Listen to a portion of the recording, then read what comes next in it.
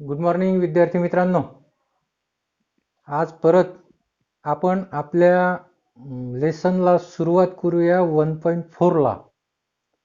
तुमच्या या लेसनचं नाव आहे बी smart.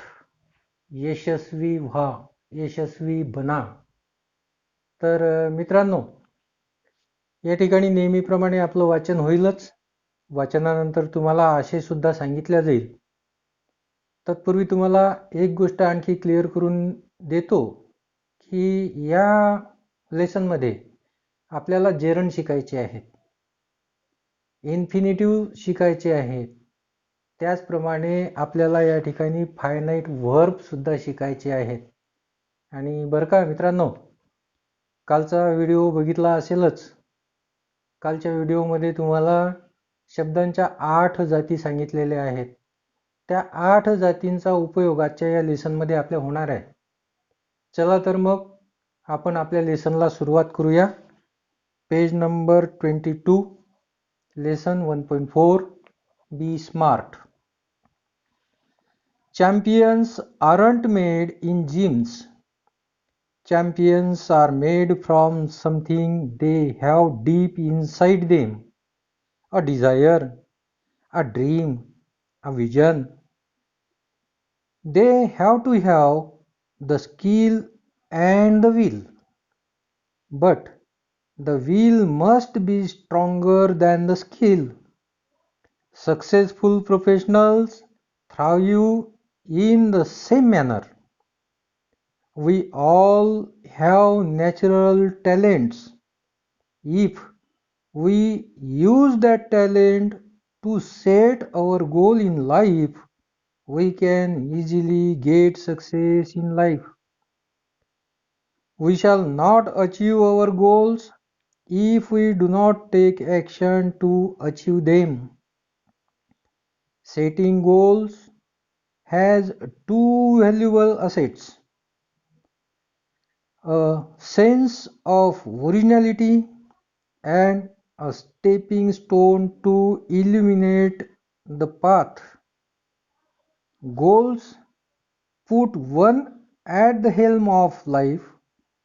Pursuing them acknowledges a better future situation. They help to steer a course of life rather than simply drifting along and letting things happen.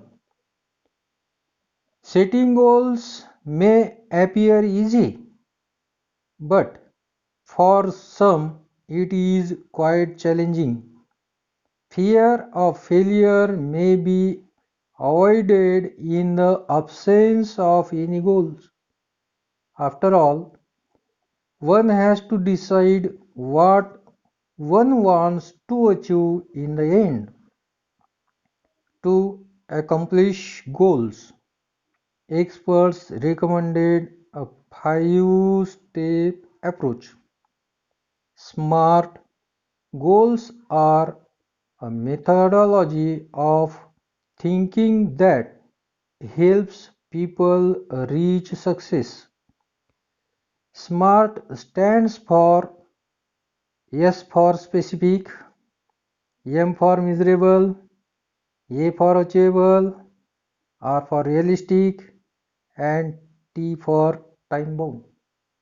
मित्रांनो, या 4 पॅरेग्राफचा आशय मी तुम्हाला सांगतो आहे. तर मित्रांनो,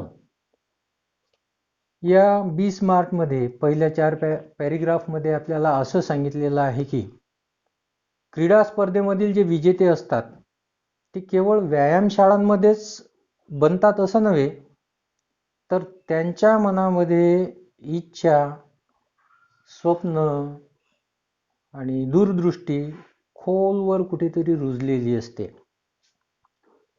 त्यासाठी कौशल्याशिवाय, कौशल्य तर हवंच, पण कौशल्याशिवाय एक आंतरिक बळकट इच्छा देखील असायला हवी. आणि ही आंतरिक बळकट इच्छा जी असते ती यशस्वी व्यावसायिकांमध्ये देखील आपल्याला दिसून येते. त्यांचा उत्कर्ष त्यावरच होत असतो. आपण सर्वांना एक उपजत बुद्धी कौशल्य प्राप्त झालेलं असते. या उपजत बुद्धी कौशल्याचा वापर जर आपण काय केला तर आपण जीवनामध्ये यशस्वी होऊ शकतो. पण मित्रांनो, त्यासाठी कृती आवश्यक ठरते. कृती केली तरच यश मिळत असते. आणि ध्येय निश्चितीचे 2 पैलू देखील असतात. पहिला पैलू असा असतो की कल्पकतेची समज आपल्याकडे असली पाहिजे. आणि दुसरा पैलू असा असतो की ध्येयाचा मार्ग निवडणारी पहिली पायरी जी असते तो झाला दुसरा पैलू. ध्येय असलं की योग्य दिशा मिळते. म्हणजे आपण जीवनामध्ये आपलं काहीतरी ध्येय निश्चित केलं पाहिजे. ते ध्येय असलं तर आपल्याला योग्य दिशा वगैरे मिळत राहते. आणि त्या ध्येयाचा जर का आपण पाठपुरावा केला तर आपलं भविष्य देखील उज्ज्वल होते. आणि मित्रांनो, भविष्य एकदा का उज्ज्वल झालं तर आयुष्याची गाडी अगदी व्यवस्थितपणे रुळावर आपली चालत राहते. मित्रांनो, ध्येय सोपं वाटत असलं, निश्चित करण्यासाठी सोपं असते, परंतु कित्येक व्यक्तींसाठी मात्र हे ध्येय आव्हानात्मक ठरते. मग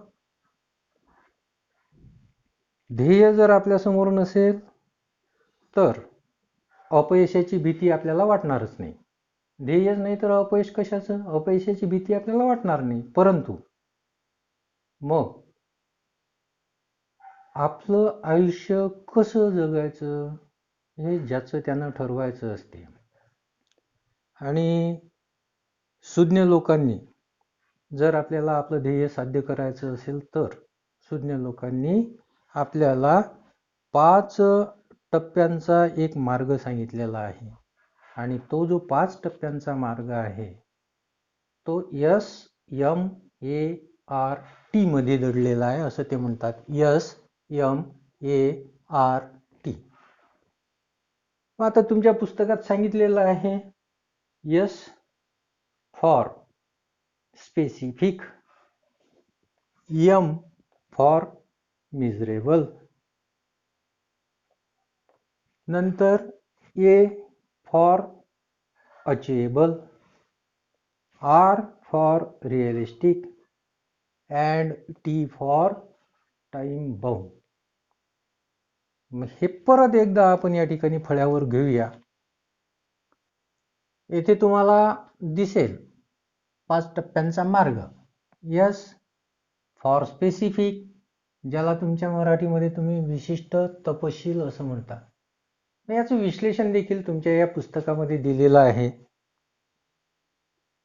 Involves identifying a specific area for improvement. The more specific the area, the more refined the achievement of one's goal can be. It makes it easier to set parameters and work towards the goal. For example, if it is building a house, what exactly is the capacity required and how long can it stretch? या specific मध्ये काय येते मित्रांनो? तर एक सुधारणेचं विशिष्ट क्षेत्र आपल्याला निवडता येते. ते क्षेत्र जर नेमकं असेल तर त्याच्यामध्ये सुधारणा अगदी सहज आणि यशस्वीतेचा भरपूर विश्वास त्या ठिकाणी आपल्याला मिळू शकतो. मग या तुमच्या पुस्तकामध्ये उदाहरण दिलेलं आहे घर बांधणीचं. उदाहरणार्थ एखादं घर जर बांधायचं असेल तर त्याचा तपशील आपल्याला नीट आधीच मांडता येतो की या घर बांधणीसाठी क्षेत्र किती लागेल, त्या बांधणीचा कालावधी किती असेल, किती दिवसपर्यंत ते काम चालेल वगैरे वगैरे. आणि हे क्षेत्र निवडून त्याच्यामध्ये मग आपल्याला सुधारणा देखील करता येतात. त्यानंतर 5 टप्प्याच्या मार्गामध्ये दुसरा भाग सांगितलेला यमचा. M means miserable. याचा सरळ अर्थ होतो मराठीमध्ये मोजता येण्यासारखा. मग मोजता येण्यासारखा मध्ये काय विश्लेषण दिलं ते आता आपण पाहूया. Miserable. Qualifying goals provides specific ways to track progress against goals. This makes it easy to benchmark performance throughout the goal period, including areas to improve. While playing football, one's exact role and position has to be clearly defined. मित्रांनो, मिजरेबलमध्ये काय सांगितलेलं आहे की आपण जेव्हा एखादं ध्येय प्राप्त करण्यासाठी प्रयत्न करतो तेव्हा त्या ध्येयाच्या प्राप्तीच्या दृष्टीने आपण वेगवेगळे मार्ग आखू शकतो आणि त्या मार्गावर चालत असताना ध्येय प्राप्तीच्या दृष्टीने आपल्याला कोणकोणत्या संधी उपलब्ध होतील याचा देखील आपल्याला एक अंदाज येत असतो. तुमच्या या पुस्तकामध्ये फुटबॉलचं उदाहरण दिलेलं आहे. जसा फुटबॉलचा खेळाडू असतो त्याचं मैदानावरचं स्थान निश्चित असते आणि त्या स्थानावर खेळून तो आपलं गोल साध्य करण्याचा प्रयत्न करत असतो. तसंच 5 टप्प्यांच्या मार्गातील तिसरी बाब सांगितलेली आहे अचिवेबल, म्हणजे प्राप्त करण्यासारखा. यामध्ये काय सांगितलेलं आहे ते आता आपण पाहूया. Achievable. Setting goals that can be completed in the designated period of time. Often these goals may act like stepping stones to help meet broader goals that further define a career. As students, we can't become a president, a prime minister, but can hope to reach those heights in future. ठराविक कालावधीमध्ये पूर्ण करता येतील अशी ध्येय ठेवावीत.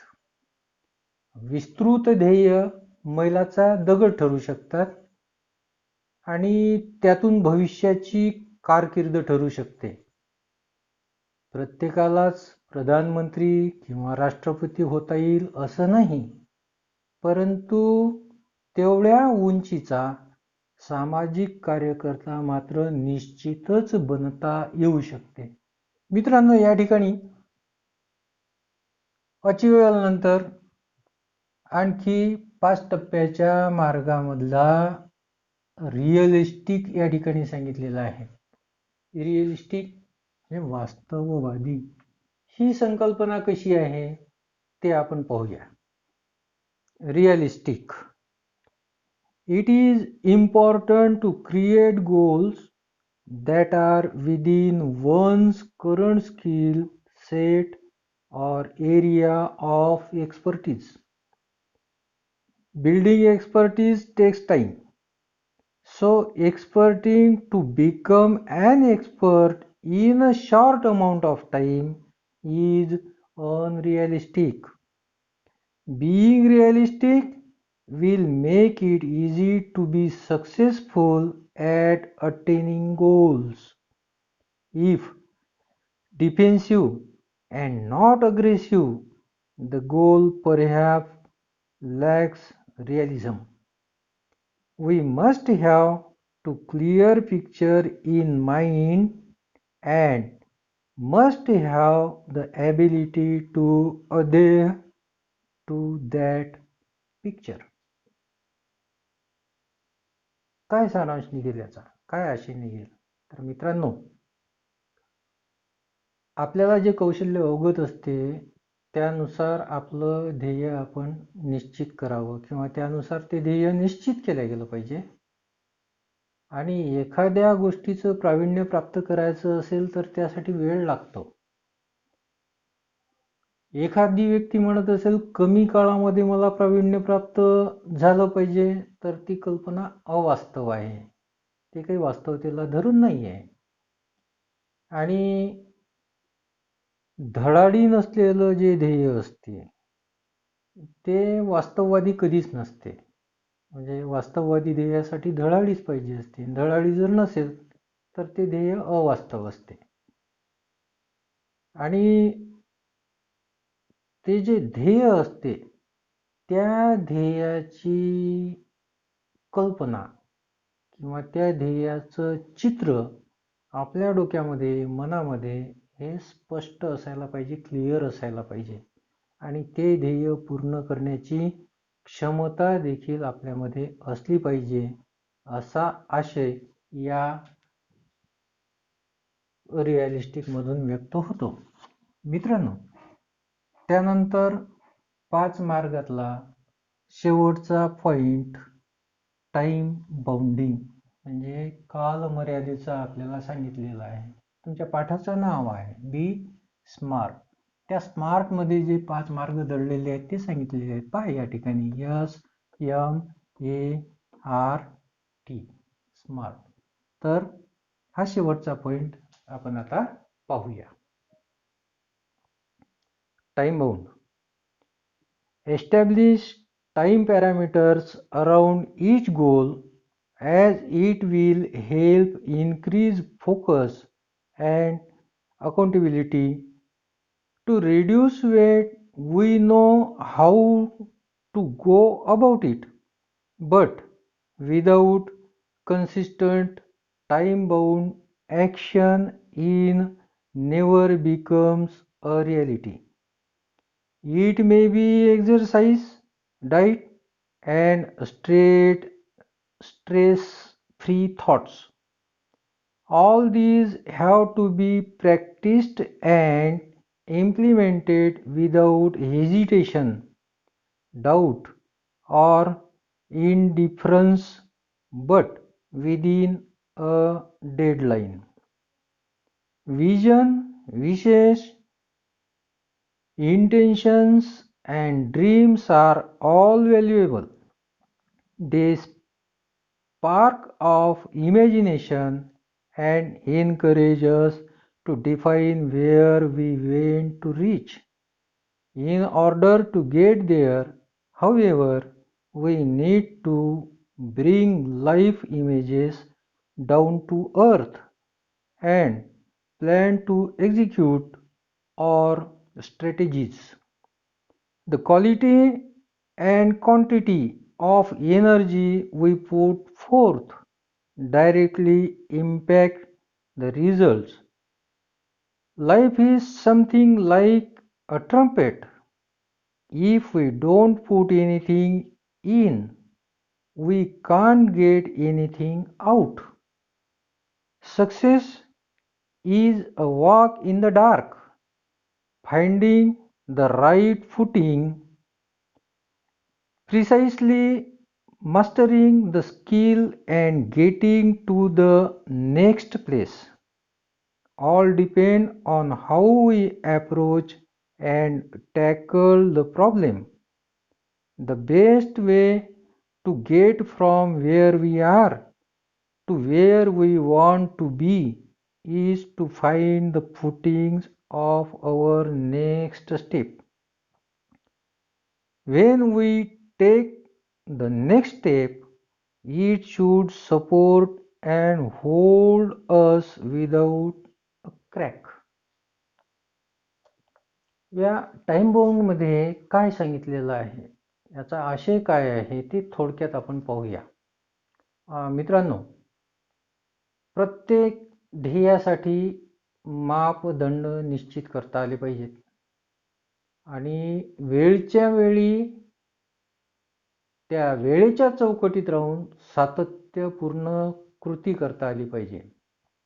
मनाची द्विधा अवस्था होऊ देऊ नये.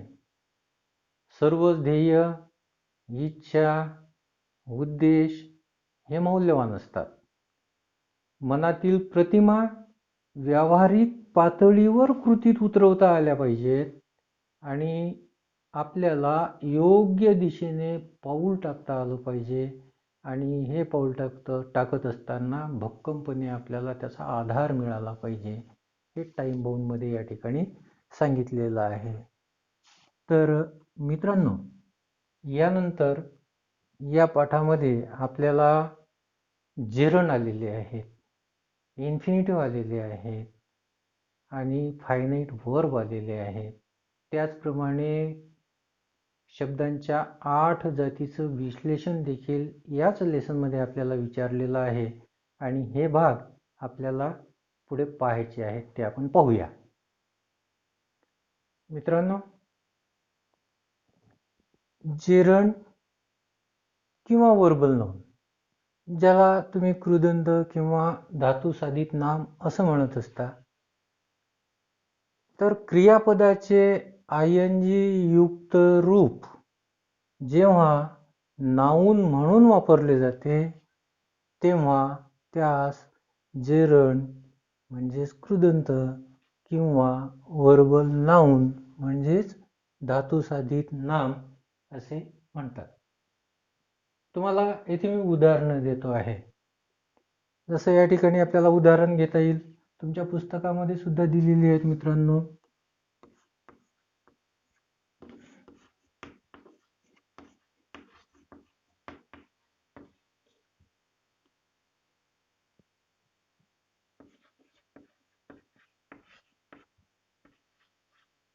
The fighting went on.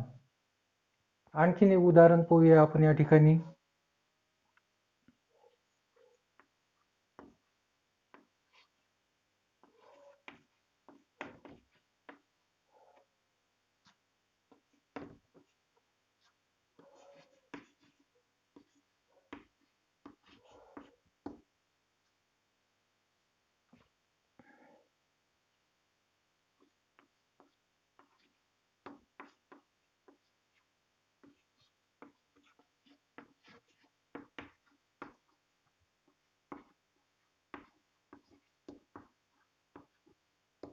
I like reading poetry. ING जे लागलेले आहेत क्रियापदाला आणि ज्याचं नाउन झालेलं आहे, म्हणून त्या ठिकाणी आपण त्याला जेरंड किंवा वर्बल नाउन असं संबोधत असतो. यानंतर मित्रांनो, आपल्याला इन्फिनिटिव्ह पाहायचं आहे, ते पाहूया. मित्रांनो, या ठिकाणी तुम्हाला इन्फिनिटिव्ह दिलेले आहेत. त्या इन्फिनिटिव्हची व्याख्या आपण काय करतो ते पाहूया.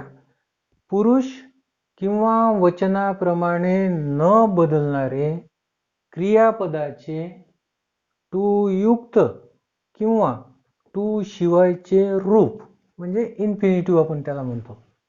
तुमच्या लेसनमधलं एक उदाहरण इथे आहे फळ्यावर.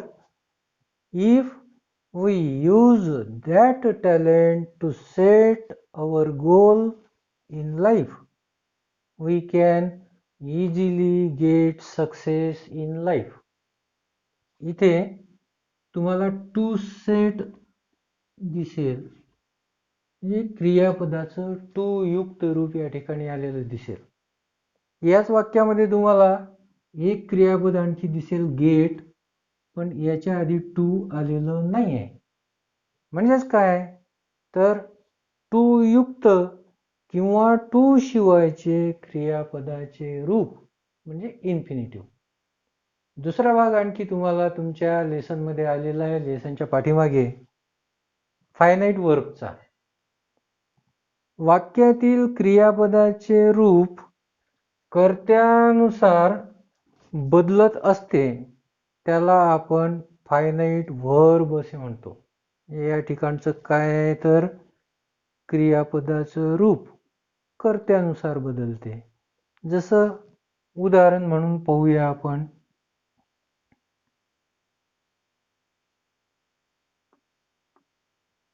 I don't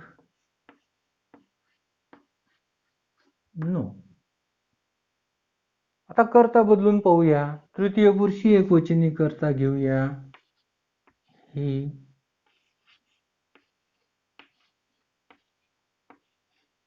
doesn't know. कर्त्याप्रमाणे क्रियापदामध्ये तुम्हाला बदल झालेला दिसेल. हा प्रथम पुरुषी कर्ता आहे, क्रियापद डोंट आलं. या ठिकाणी तृतीय पुरुषी कर्ता आहे, क्रियापद डझंट झाला. म्हणजेच क्रियापदाचं रूप कर्त्यानुसार बदललं, म्हणून याला आपण म्हणायचं फायनाईट वर्ब. आणखी एक उदाहरण पाहूया.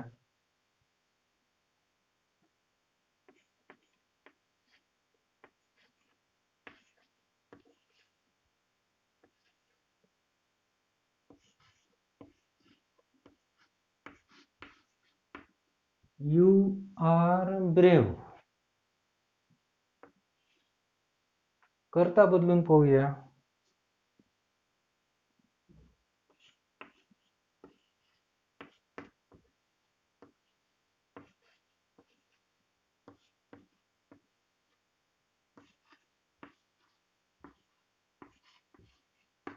Krishna is brave. कर्त्यानुसार बदलले क्रियापदाचे रूप, म्हणून हे झाले फायनाईट वर्ब. मित्रांनो, आणखी तुमच्या लेसन मधला काही भाग या ठिकाणी आपल्याला घ्यायचा आहे. नाउन, व्हर्ब, ॲडव्हर्ब, ॲडजेक्टिव्ह, यानंतर तो भाग आपण पाहूया. मित्रांनो, पान नंबर 29 वर तुम्हाला एक ॲक्टिव्हिटी दिलेली आहे आणि सूचना दिलेली आहे. Classify the following words in their respective columns. त्याच्या खाली काही शब्द दिलेले आहेत तुम्हाला. त्या शब्दांचं क्लासिफिकेशन तुम्हाला या कॉलममध्ये करायचं आहे. हे शब्द कोणकोणते आहेत? Tackle, trumpet, directly, execute, aggressive, natural, absence, exactly, achieve, clearly, imagination, precisely, create, important, expert, specific, of, if, and, oh, from, we, but आणि इट. क्लासिफाय करत असताना काय करायचं आहे? पहिला कॉलम दिलेला आहे नाऊनचा.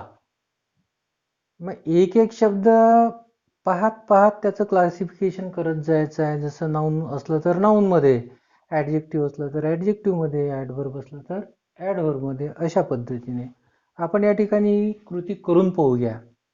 पहिला शब्द आहे तुमचा टॅकल. आता टॅकल कुठे बसतो? तो व्हर्बमध्ये बसतो. मग इथे लिहायचा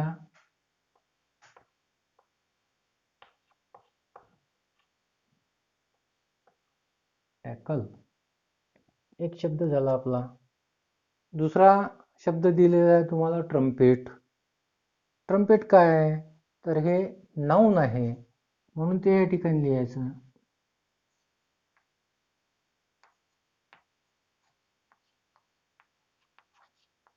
ट्रम्पेट. नंतरचा शब्द आलेला आहे तुम्हाला डायरेक्टली. काय आहे डायरेक्टली? तर ते ॲडव्हर्ब आहे. मग ॲडव्हर्बच्या कॉलममध्ये लिहायचं.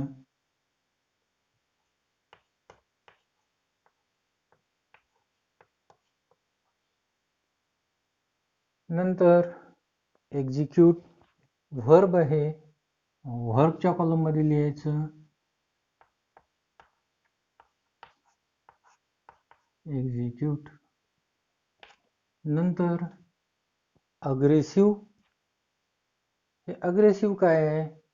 तर या ठिकाणी ज्या कॉलममध्ये बसेल त्या कॉलममध्ये लिहायचं ॲडजेक्टिव्हच्या.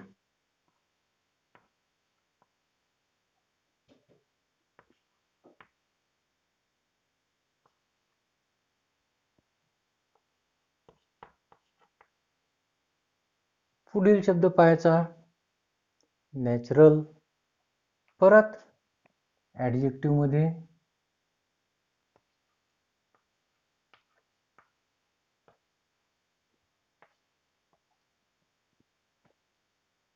Absence, noun.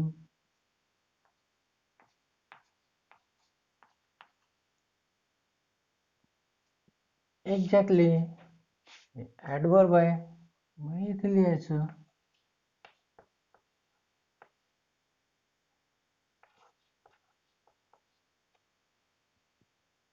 अचीव, प्राप्त करणे, verb,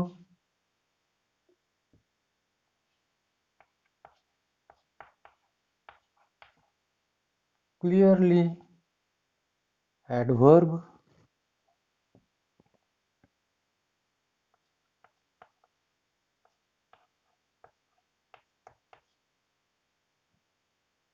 imagination, noun,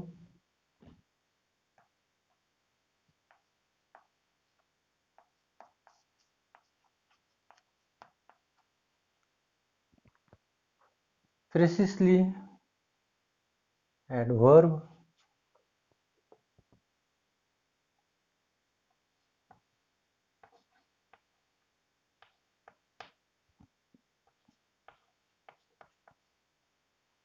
create, verb,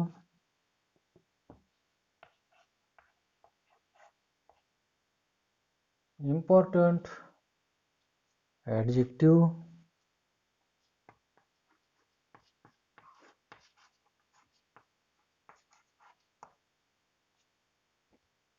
expert, परत ॲडजेक्टिव्ह,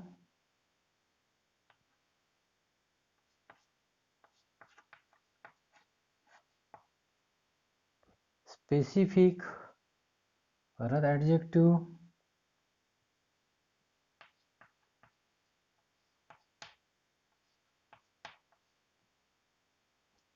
ऑफ, कशात बसेल, प्रिपोजिशन मध्ये, इफ, कंजंक्शन मध्ये,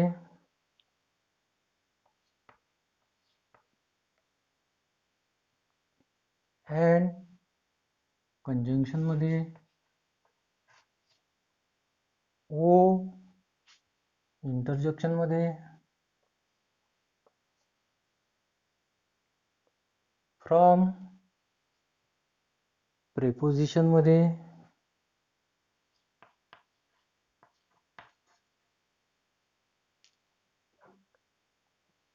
वी, प्रोनाउन मध्ये,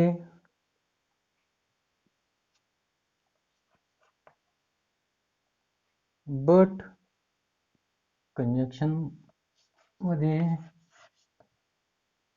आणि इट, परत प्रोनाउन मध्ये. अशा पद्धतीने मित्रांनो शब्दांचं क्लासिफिकेशन केलं जाते. 8 शब्दांच्या ज्या जाती आहेत त्या 8 जातीमध्ये शब्द बसवण्याचा सराव आपल्याला करायचा असतो. तर या ठिकाणी मी तुम्हाला ही कृती करून दाखवलेली आहे, परंतु मित्रांनो तुमच्या लेसनमध्ये तुम्हाला ह्या सगळ्याच गोष्टी दिसून येतील. Noun, adjective, adverb, verb, pronoun, preposition, conjunction, interjection. काय करायचं की कमीत कमी 2-2च शब्द प्रत्येकाचे एक वहीवर तक्ता करायचा आणि त्या तक्त्यामध्ये लिहायचे. हे झालं तुमचं होमवर्क. आणि पुढल्या लेसनला आपण उद्या किंवा परवाला एक व्हिडिओ घेऊन येऊया. तोपर्यंत मित्रांनो हा अभ्यास तुम्ही करा, तुमचं होमवर्क करा, प्रॅक्टिस करा आणि तोपर्यंत चॅनलला सबस्क्राईब करा, शेअर करा, लाईक करा आणि आपल्या यूट्यूब फॅमिलीला जॉईन करा. धन्यवाद.